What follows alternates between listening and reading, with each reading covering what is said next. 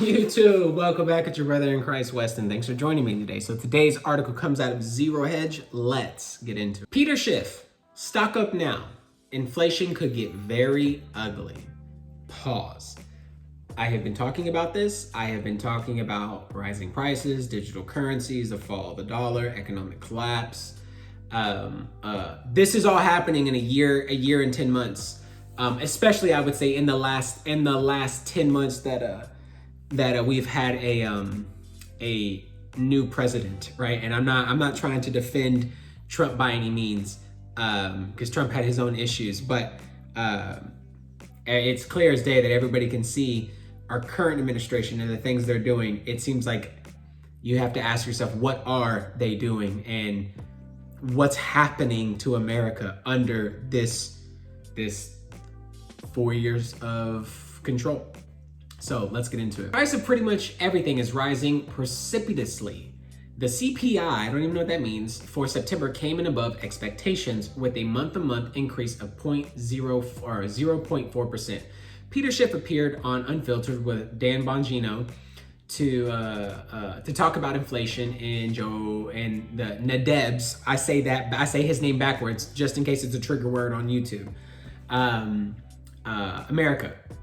Peter said you should stock up now because things could get ugly really quickly. Bongino pointed out that while wages are rising, they aren't rising as fast as prices. Wages have risen 4.6%, while inflation has surged 5.4%, according to the government numbers. Peter said that it is typically the trend. That is typically the trend. The price of labor never keeps up with the price of stuff. Makes total sense. There is a video here. You can check it out. I'll leave the link in the description below.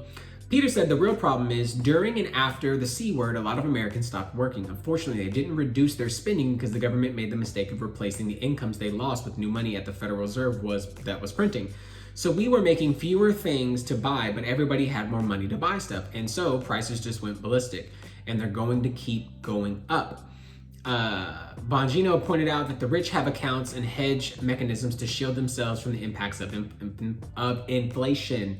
But what does average middle class family to do to avoid financial collapse of inflation coming down the pike? Peter said, first of all, remember that inflation is a tax.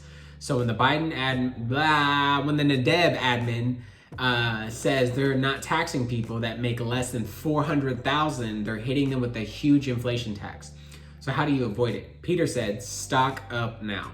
But buy the things that you think you're gonna need a year from now, 2 years from now. Buy it now. A year from now, 2 years. Can you even imagine right now, a year from now or 2 years from now, with the past year, almost a year and 10 months of what we've gone through?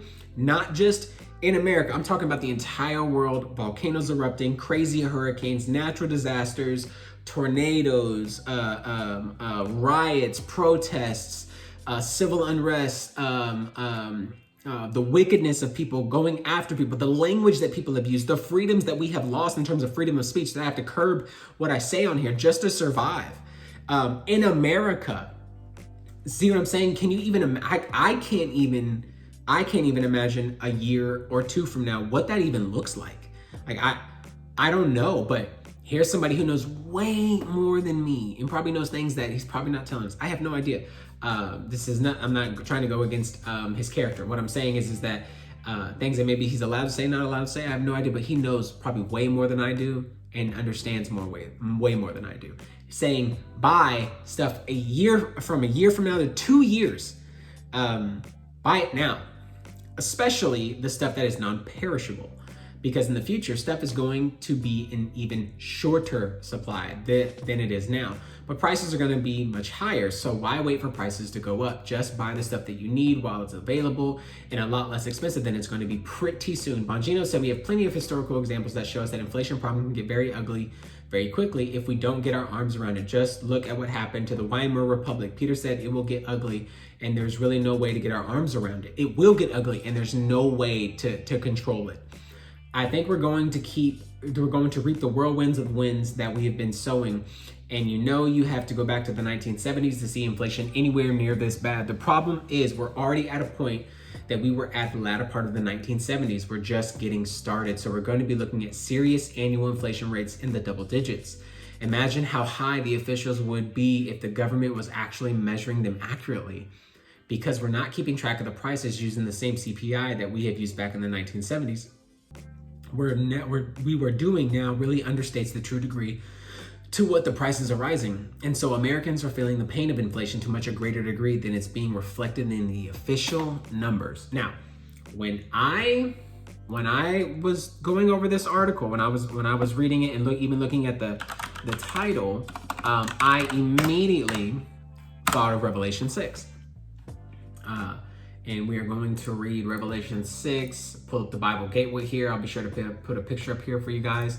Drop it in the New King James because that's what I like to read.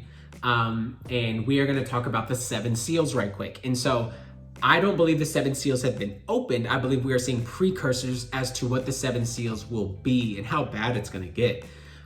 So we have the first seal, right? So the first seal is the Conqueror, or the rider on the white horse. Let's read it.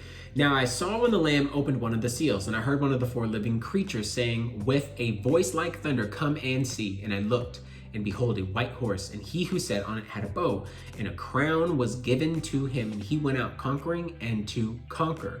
I would believe this to be the Antichrist. He went out conquering and to conquer. He has a bow, but no arrows, right? So he comes as a man of peace. And he will broker a deal with the Jews for 7 years. And don't forget, this isn't Jesus. Jesus isn't the rider on the white horse because he's the one opening the seals. He's the one releasing these out. So it has to be done by him and only by him, because remember, John and everybody in heaven said, who can open up the seals? And John, it says he's either sorrow or weeping because who is worthy. And they said the Lamb who was slain is worthy. And so, and the Ancient of Days hands him this book, or the scroll, and he opens up the seals. It's God the Father handing it to God the Son. And so, second seal, conflict on earth. When he opened up the second seal, I heard the second living creature say, "Come and see." And another horse, fiery red, went out, and it was granted to the one who sat on it to take peace from the earth, and that people should kill one another, and that there was given to him a great sword. So we see war, massive war, peace from the earth, not just from like certain locations. It's peace from the whole earth, right? Think about a year and 10 months of what we've been going through, if you can even remember that long, right? Or that far back. And just think about what's happening and where, and like just feels like we're at a boiling point, waiting for the dynamite to explode, or you know, like here comes the string and it's being lit, and it's ticking, ready to just impact everybody. Third seal, scarcity on the earth, and this is what I was talking about. When he opened up the third seal, I heard the third living creature say, "Come and see." And so I looked, and behold, a black horse, and he who sat on it had a pair of scales, right? So a pair of scales, and in his hand. And I heard a voice in the midst of the 4 living creatures saying, "A quart of wheat for a denarius, and 3 quarts of barley for a denarius, and do not harm the oil and wine." So somehow the oil and wine is being kept, right, as precious possession. So then this somehow is either not taxed, or it's somehow not allowed to be touched for the people. But barley, it says a quart of wheat for a denarius, or 3 quarts of barley for a denarius. So it's almost like, hey, a day's wage of what you got paid is all that can buy for this bread. Scarcity. So that's inflation. That's hey, it's like whoever the highest bidder is that can get it, I'll give you this so you can feed your family. And it's obviously it's a complete and utter, broad daylight robbery, because you're paying for something that not even costs that much, but it's because there is no food, or there is such scarce food that people are falling off left and right. People aren't able to eat, they aren't able to nourish themselves. And for that, it's the very first thing I thought when I keep thinking about, now we're going into an inflation side, right? Now we're going into this area where people aren't paying attention. It's like, hey, you need to put some food back. You need to save some. You need to go get some more. Take that extra bit of money you've got and take it. Ask the Lord to provide even more to go put up for your family. Because I have no idea how long we're going to be here. I keep looking at the Feast of Trumpets. So if I'm here another year and inflation, by what this guy is saying, is at least another year or 2 years, and I'm here another year or 2 years, and it's gonna get that bad. I think about Revelation 6. I think about the rider on the black horse. I think about a day's wage will only afford me bread, and that's small. So how much would I have to get if I wanted a whole meal? And it's that, like, that's bad. That's where my mind goes. That's where my heart goes. That's where my prayers go. Because I'm like, Lord, I need to help me navigate this. So that's the video, guys. I wanted to just share that with you. Those are my thoughts about what's happening. I would highly, highly recommend that you pay attention to what's happening with inflation. I would highly recommend that you start buying double of things. Just whatever you can, whatever you want, whatever you can get your hands on, whatever's a necessity for you, right? Easy things, and just put them back. When you go out to the grocery store, buy a couple of doubles of whatever, maybe not the whole thing, but buy something to put back. It's wise. It's pure wisdom. It's not out of fear. It's out of, hey, making sure that you're prepared to just last a certain amount of time. I don't know how long that time's going to be. And I don't know when recovery will come. But I can tell you what, when food is scarce and people can't eat, and the jobs they're working, they can't even pay for the food that they're trying to eat. Hunger is, people. I've been hangry plenty of times, but thinking about like life or death situation, you talk about civil unrest now.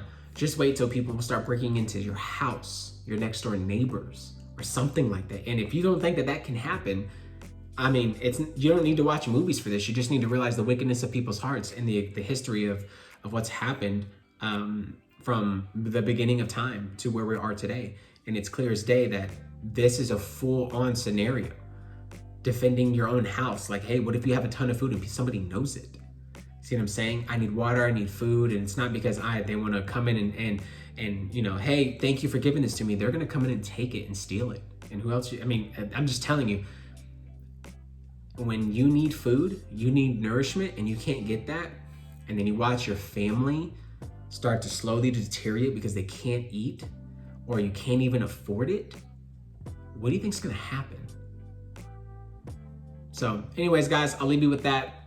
Let me know what you think about the video in the comments below. Let me know what you think about this topic in general, and where you think we're headed as well, even over the next year or 2 years. Let me know what you think about that. I'm really interested to hear about that. By the way, guys, follow me on Rumble. Small plug here. I am trying to grow my channel on Rumble as well. Obviously, I'm uploading the videos that I upload here to Rumble, but I am going to start doing content strictly for Rumble because I can be more open. I'm not restricted on my speech, so the video can flow easier, and I don't have to do hand signs and say words backwards and speak in code to get my point across. So check me out there. Link in the description. And that's it, guys. I'll see you in the next one.